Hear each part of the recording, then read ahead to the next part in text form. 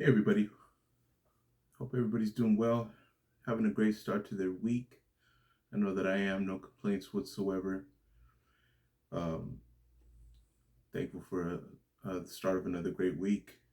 And in light of everything that's going on in our world, not too many complaints over here on my side, to be honest. And so, again, thankful to be making this video again.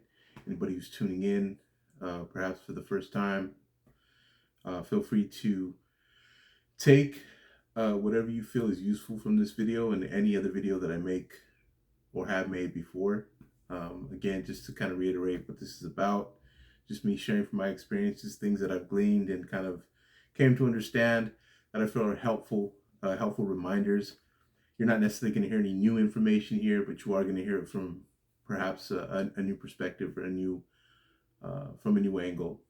Again, that's what we all bring to the table, right? Anything that we do, that's where the originality and that's where the originality comes from, right? It comes from our perspective, it comes from our thought process and how we draw conclusions, how we get from point A to point B in our thinking, and ultimately affects um, either in changing or in strengthening the way we see things, right? Um, One thing I've come to know for certain is that we don't all see the world the same way. And at times that can get in the way when it comes to perspective, when it comes to communication, people not understanding where each other are coming from. And so I'm hoping that these videos, the things that I'm sharing, are helpful in maybe asking important questions to yourself, trying to figure out, like, why do I see things the way that I see them? Why do I draw certain conclusions? What taught me to do that? What's taught me to do so? So a lot of the things that I'll um, be talking about in these videos is geared toward mindset. It's geared toward perspective, geared toward our, focusing on our paradigm, right? Like, what roadmap do I have in my mind? What is the sequence of things, or what is the wisdom or the guidance that I follow to, again, draw conclusions of what I see and what I perceive, whether it's things around me or information that I'm taking in.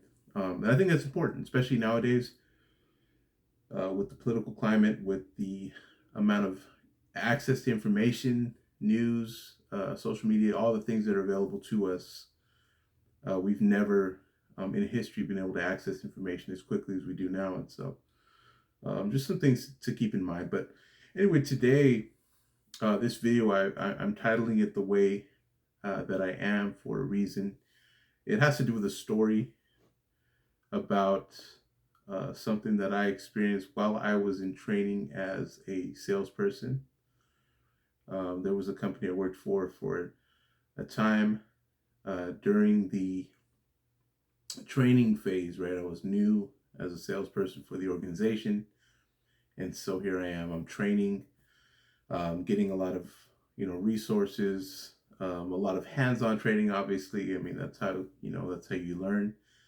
And one particular part of the training was hearing from, senior reps, right? People that had been doing it longer than myself and those of us who were in this training class.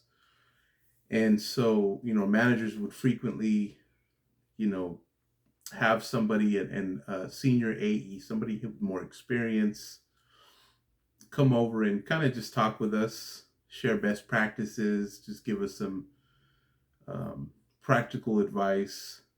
And I mean, it's really, it makes a lot of sense, right? If you're looking to do something, you definitely want to hear from somebody who either has done it or is doing it, and particularly somebody who's doing very well at it, right? So here I was, new in sales, in the sales role. And so a couple of different reps that we heard from, I always took a lot away from it, right? And again, I was already at this point in my life, in my career, where I was looking for learning opportunities. And so not going to let anything go to waste, take whatever wisdom I could apply, and, whatever these senior reps were offering, because I think it's smart, right, to take advice, anything that's going to help you out. I mean, why not, right? And again, not going to be automatic. You do have to have the intention of wanting to be taught, wanting to be coached, wanting to learn. And again, the essence behind what I named this channel, right? Living to learn. In my experience, when you have a learning mindset, or when you're open to learning, when you're open to being taught, it makes you not only very receptive, but you can really catch on to some good stuff, right? Depending on who's talking with you or how you're being trained. Again, we all learn different. Maybe somebody like yourself wouldn't take as much away from somebody, just kind of sharing their experience. Maybe you would need to see a little bit more, or maybe you're just all about hands-on, like, hey, I need to do it myself or I'm not going to learn anything. Everybody's different. But in this particular case, in this training class, when the senior sales reps would come and speak with us, I always gained a lot from it. And so I was very open to it. And I had a lot of great takeaways. Again, everything's not going to be identical. You're talking about different personalities. You're talking about different approaches. And sales is really funny like that. Like, you can really make it your own. And it's the most subtle things, the most almost like unseen. If you blink, you miss it. It's those type of details that really separate great salespeople from average salespeople. And it's really amazing to see somebody who's good at sales, get into their pitch, sell their products, watch them close. It's pretty neat. Obviously, the feeling of doing it yourself is, just as exciting and more exciting. But anyway, in this particular day, we had a senior rep come over, and she was talking with us, and she was telling us how, giving us some tips, pointers, right? Things that have helped her.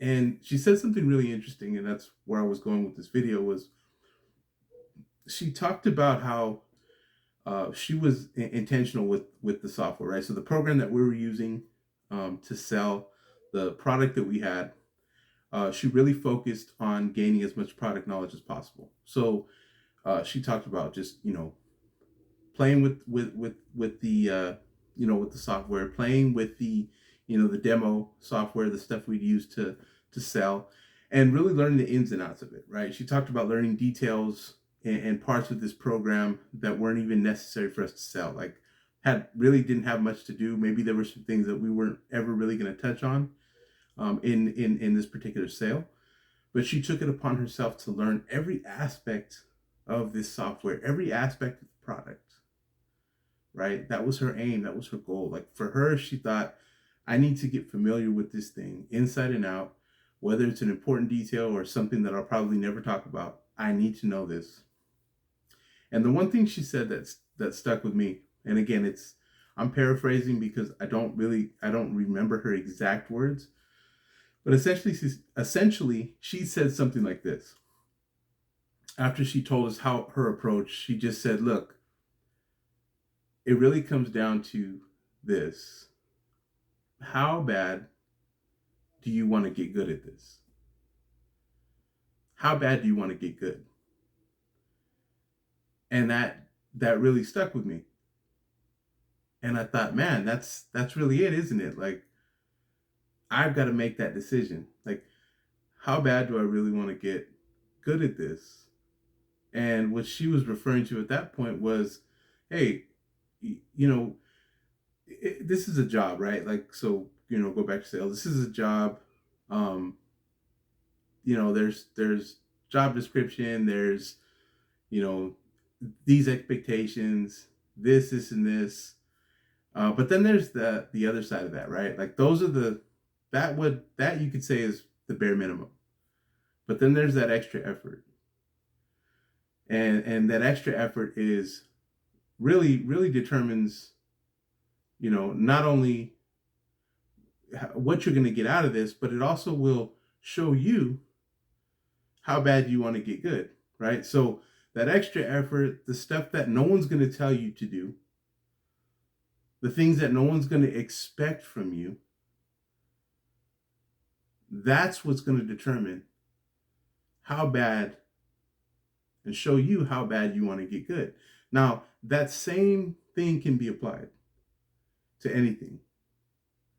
Any goal that we're trying to reach, anything that you're trying to achieve or to get better at, anything that you're trying to get, move into, like I talked about last week, transitioning, right? Like anything that is going to require you to do something beyond what you would normally expect from yourself.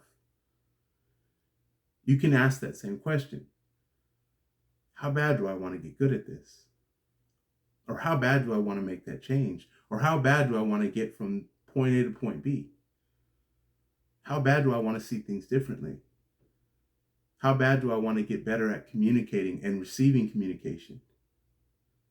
It's the little things, the smallest details, that when we begin to make that shift, when we begin to make that adjustment, you'll start to notice they make the biggest impacts, right? Or, you can, or you can make up your mind and just say, okay, this is as far as I'm going to go with this, whatever that might be. So for myself, I'm on this journey now of learning. I'm on this journey now of development and attempting to share what's helped me recognize the need for that in my life, recognize the adjustments that I've needed to make.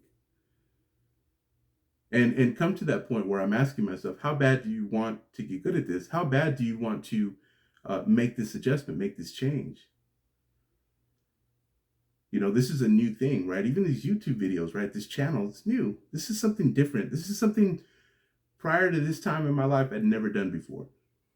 So here I am now. I'm heading down a new path, a new road, okay, for myself. And I've got to ask that question. And it's got to be asked more than once. And what it is the question why I think why I liked it so much, not just because it's catchy, right? How bad do you want to be good? But it also forces you to hit the pause button.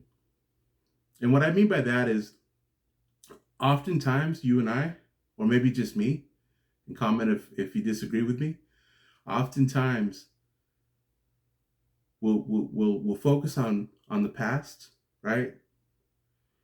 Woulda, coulda, shoulda, right? Hindsight is 2020. If I'd have done this, then this. If I'd have done that, then this. Or, man, remember the good old days, or remember when I was doing well here, or remember all that success I had here, okay? Past tense. Or we're looking ahead, which isn't bad, but we might be constantly like, well, next year at this time, or I can't wait to get here, or I can't wait till I finally reach this point, or till I finally achieve this goal, or till I finally, get here where I've been wanting to go for such and such amount of time. Nothing wrong with having future goals, nothing wrong with having future plans. But what I mean by hitting the pause button is sometimes we're not stopping. We're not stopping to take a look at where we're at in the present. Nothing wrong with looking in the past every once in a while to learn or to unlearn, right? We can't get stuck there. And the future is a great thing to look forward to. It's great to have future goals, things that we want to set ourselves up for. But we can't forget to hit the pause button here and now.